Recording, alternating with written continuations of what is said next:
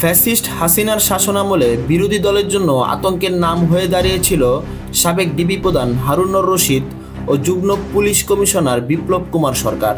হাসিনার পক্ষ নিয়ে সরাসরি বিরোধী দলের নেতাকর্মীদের উপর হায়নার মতো ঝাঁপিয়ে পড়ত ওরা। অথচ আজ ক্ষমতার পালা বদলে হারিকেন জ্বালিয়েও যেন খুঁজে পাওয়া যাচ্ছে না তাদের। 24-এর গণ অভ্যুত্থানে ছাত্র জনতার উপর পুলিশের নির্বিচারে গুলি চালানোর অন্যতম আদেশদাতাও এ দুজন। হাসিনা পালানোর পর থেকেই ধরা ছোঁয়ার বাইরে তারা। বর্তমানে কোথায় লুকিয়ে আছেন হারুন ও বিপ্লব, এ নিয়ে জনসাধারণের জল্পনা কল্পনার শেষ নেই।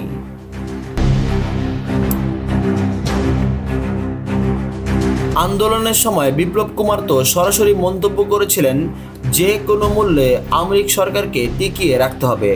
বিপ্লব সবসময়ই এমনভাবে কথা বলতেন মনে হতো তিনি সরকারের কোনো চাকরিজীবী নন, বরং ফ্যাসিস্ট আওয়ামী লীগের অন্যতম দালাল। তা হবেই বা না কেন, সে তো উঠেই এসেছিল ছাত্রলীগ থেকে। আওয়ামী লীগের নিষিদ্ধ এই সংগঠনের ঢাকা বিশ্ববিদ্যালয়ের জগন্নাথ হল শাখার সেক্রেটারি ছিল বিপ্লব।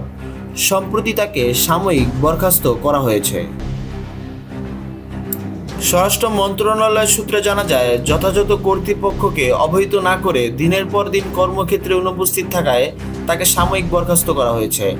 ফ্যাসিস্ট হাসিনার অন্যতম এই দোসর বর্তমানে ভারতে আশ্রয় নিয়েছেন বলে জানা গেছে একাধিক সূত্রে, তবে কেউই নিশ্চিত করে বলতে পারেননি তার অবস্থান সম্পর্কে। অপরদিকে ভাতের হোটেলের মালিক সাবেক ডিবি প্রধান হারুন একসময় বাঘের মতো গর্জে উঠলেও বর্তমানে বিড়ালে পরিণত হয়েছে। হাসিনা পালানোর পর দেয়াল টপকে পালিয়েছে হারুন, এমন কথাও প্রচলিত রয়েছে।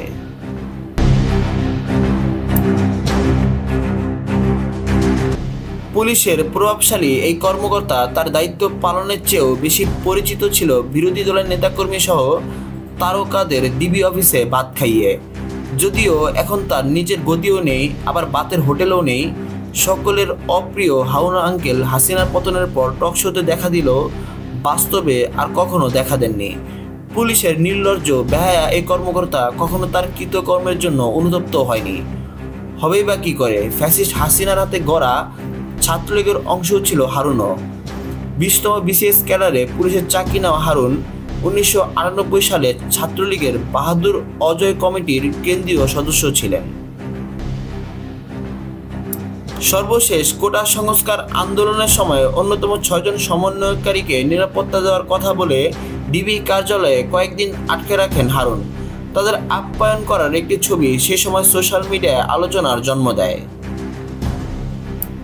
বিষয়টি নিয়ে ব্যাপক আলোচনা হলে হাইকোর্টের একটি বেঞ্চ দুঃখ প্রকাশ করে বলে, ডিবি অফিসে যাকে তাকে ধরে নিয়ে যাবেন, তারপর খাবার টেবিলে বসাবেন, এভাবে জাতির সঙ্গে মশকরা করবেন না।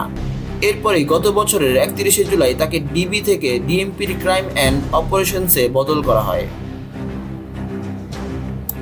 নির্ভরযোগ্য সূত্রের খবর অনুযায়ী বর্তমানে আমেরিকার নিউ ইয়র্ক শহরে অবস্থান করছেন ফ্যাসিস্ট হাসিনার অন্যতম এই দোসর।